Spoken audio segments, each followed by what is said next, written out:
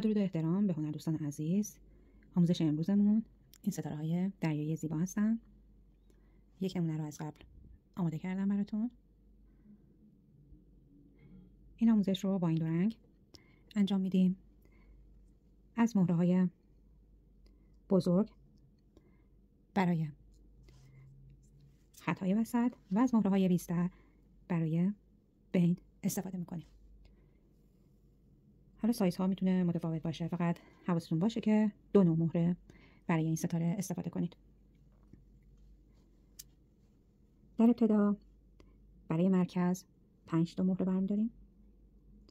1 2 3 4 و 5.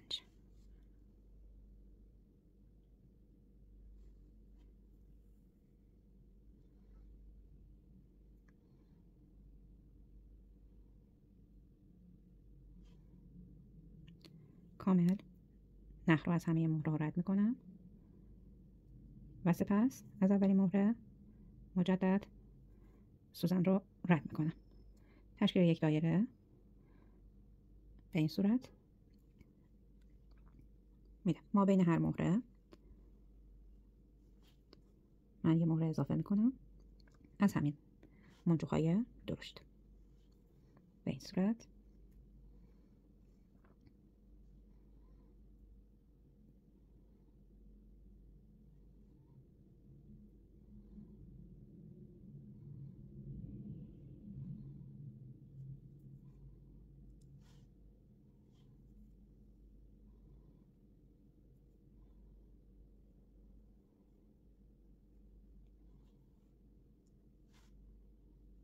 یک منجوق برمیدارم و سوزن رو از منجوق بعدی رد میکنم.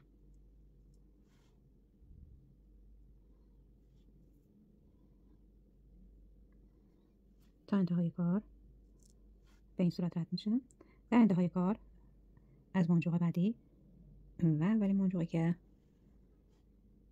در این رج داشتیم سوزن رو رد میکنیم برای اینکه وارد رج بعدی بشیم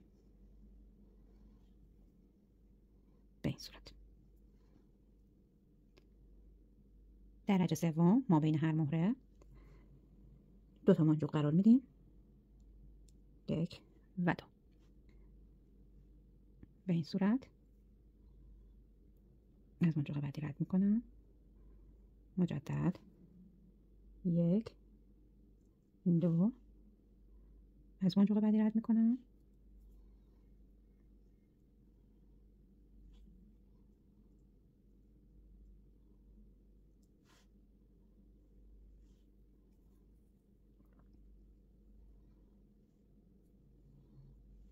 تا انتها به همین صورت ادامه میدیم.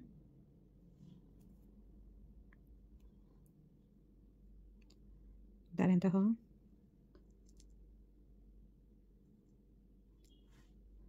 2 منجوق برمیدارم و برای اینکه وارد مرحله بعدی بشم از 2 منجوق انتهایی رد میکنم به این صورت.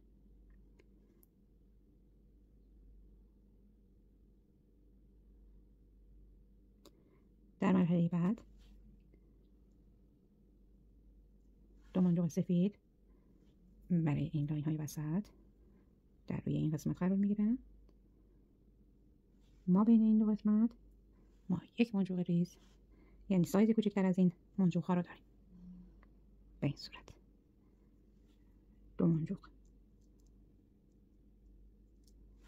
در این قسمت بدون فاصله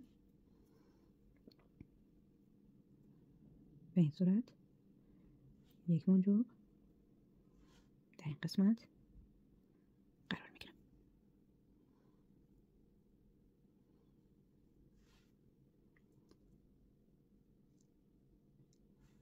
دو منجوق در این قسمت بدون فاصله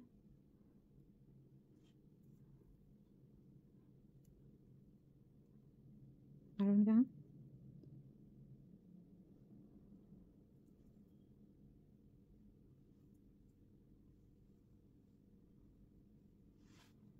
یک منجوق در فاصله بین آنها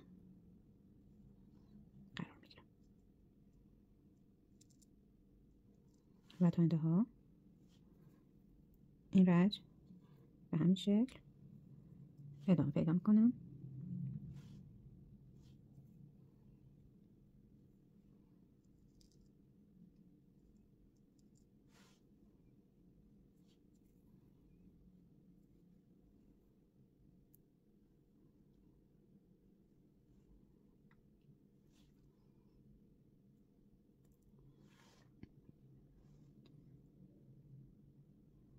وارد رج بعدی میشیم.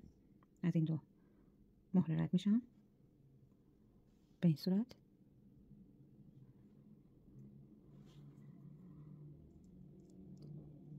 دو مهره بدون فاصله بر روی این لاین سفید، یک مهره در این قسمت مهره رنگمون قرار میگیره، مهره دیگه در این قسمت قرار میگیره به این صورت.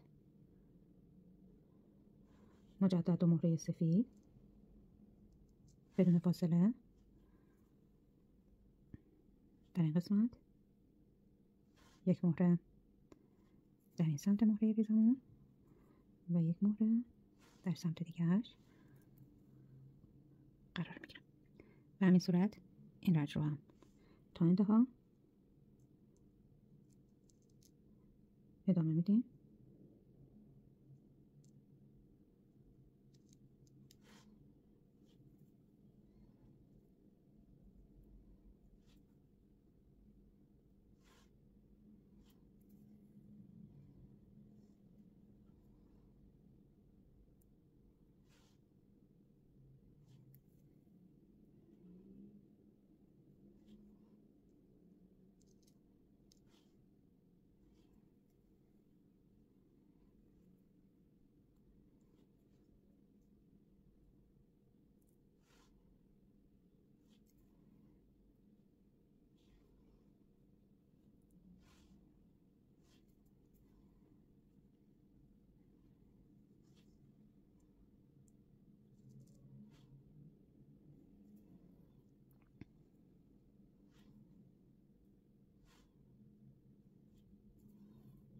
به این صورت یک مهره هم در این قسمت از مهره انتهایی رد میکنیم و وارد رج بعدی میشیم.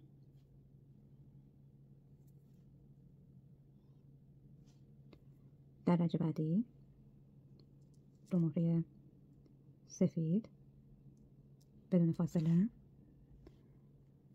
در این قسمت قرار میدیم و در قسمت وسط در فاصله بین مهره ها ناجوقای ریز رو یکی یکی قرار میدیم.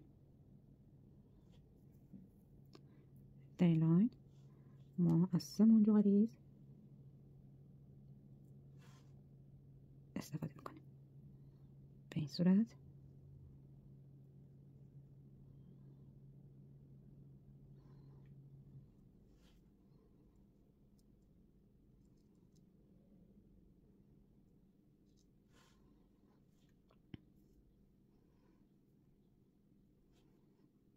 دوباره لاین بعدی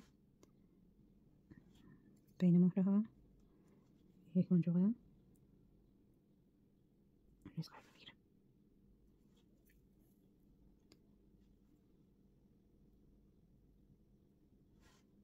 به این صورت دور تا دور کار رو ما جلو میبریم.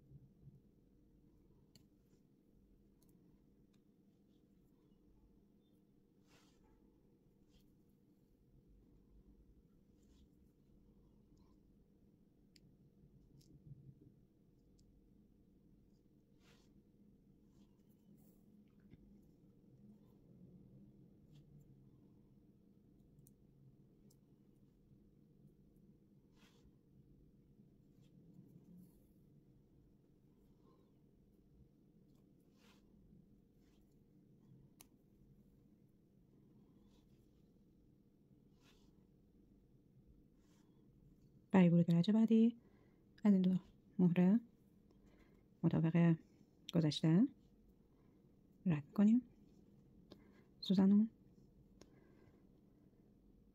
خب رج بعدی رو داریم. دو مهره سفید بدون فاصله در این لاین قرار میدم و مجدد ما بین مهره ها یک مهره قرار میدم. 1 2 3 و 4 مهره در این قسمت برای این رج استفاده میشه. خب این رج رو همین طور مثل رج های گذشته ادامه میدیم به این صورت که لاین های سفید دو مهره بدون فاصله و لاین رنگی وسط ما بین منجوق ها یک منجوق رنگی اون قرار میگیره که سایزی کوچکتر از منجوق لاین وسط ما داشته.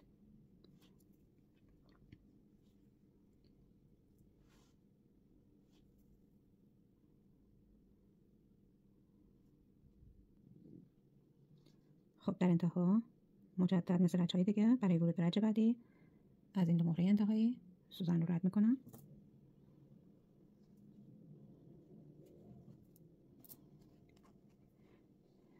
و وارد رج بعدی میشم. دو تا مهره بدون فاصله در این قسمت قرار میگیره. از مهره های رنگی با سایز کوچکتر در بین مهره ها استفاده میکنم. 2 3 4 و 5.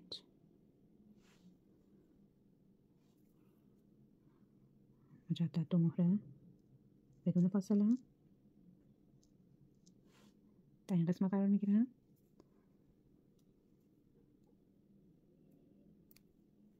به این صورت من برای این سایز مهره ها رو خیلی تاکید نمی کنم برای این مدل، چون که این مدل ستاره دریایی چیزی هستش که ما میتونیم از کریستال هم برای این لاین وسط استفاده کنیم و خیلی هم زیبا میشه.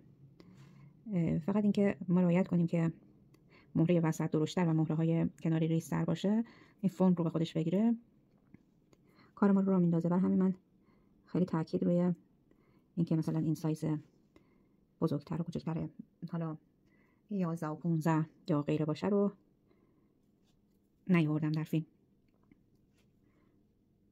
شما فقط از دو مهره که استفاده کنید، دو مهره گوناگون، این زیبایی رو به شما میده.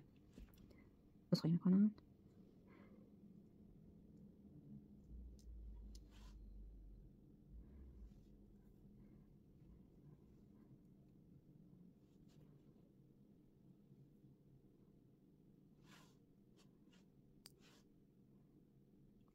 یک 2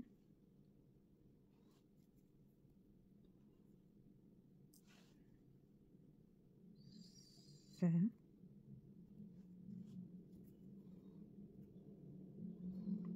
4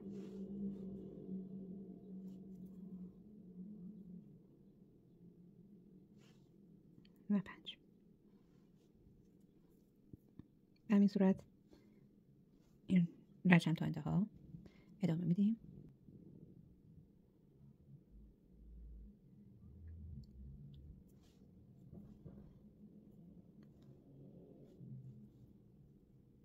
خب در رج بعدی که رج انتهایی ما هستش، یک مهره در فاصله این دو مهره سفید قرار میدم. ما بین مهره های ریزمون هم مثل لاین های قبلی یک منجوق قرار میگیره.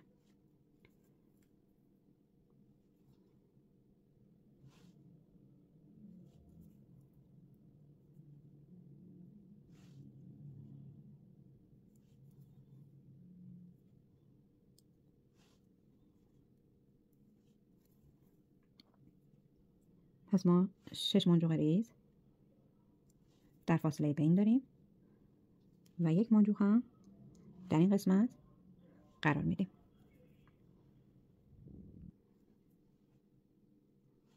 یک مهره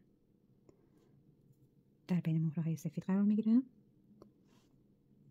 ما بین مهره های رنگی یک مهره قرار میگیره، یک، دو،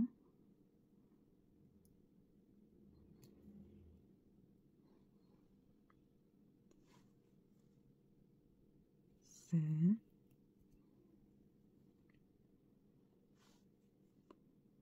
چهار،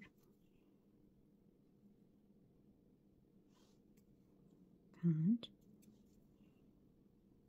و شش. خب رج انتهایی ما هستش.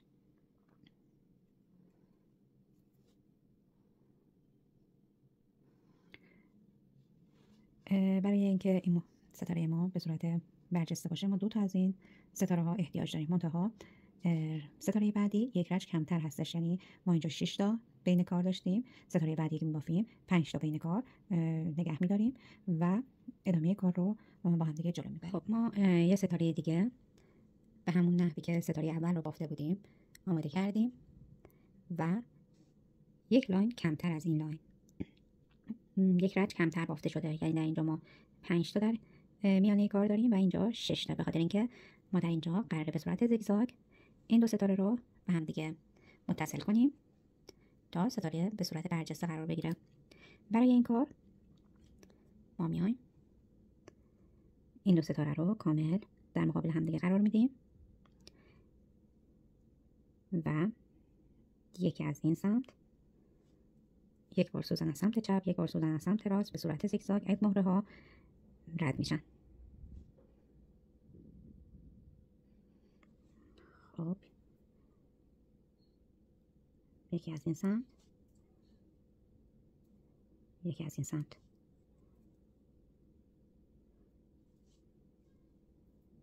سمت راست و از سمت چپ.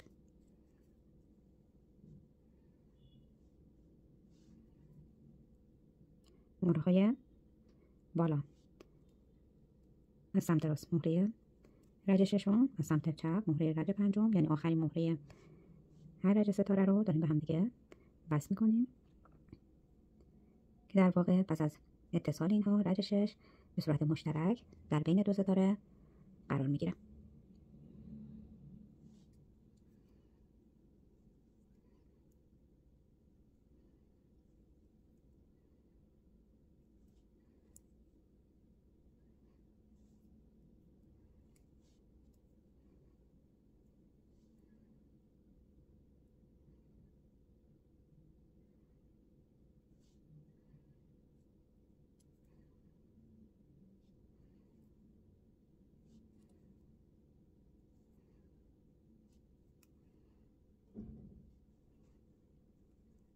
به این صورت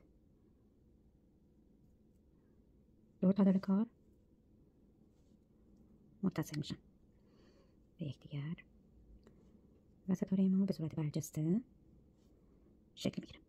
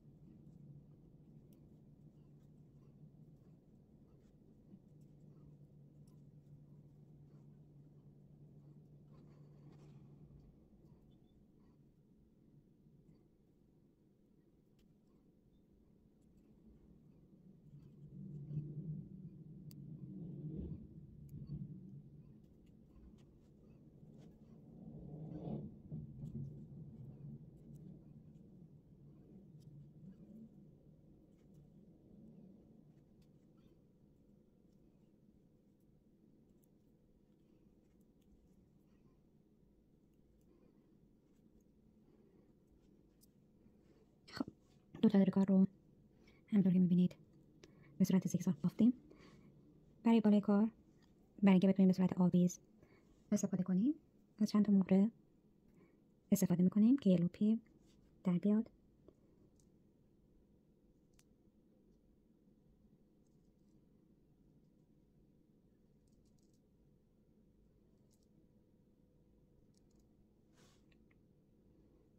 به این صورت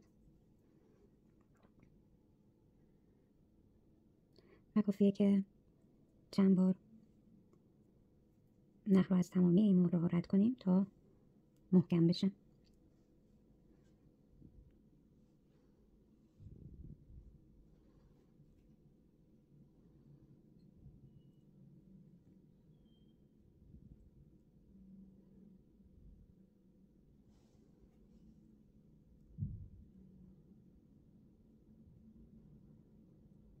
چه مقدار که این بل ها رو فشار بدیم به صورت کمی پفدارتر، برجسته تر قرار میگیره. متشکرم از نگاه زیباتون. امیدوارم که لذت برده باشید.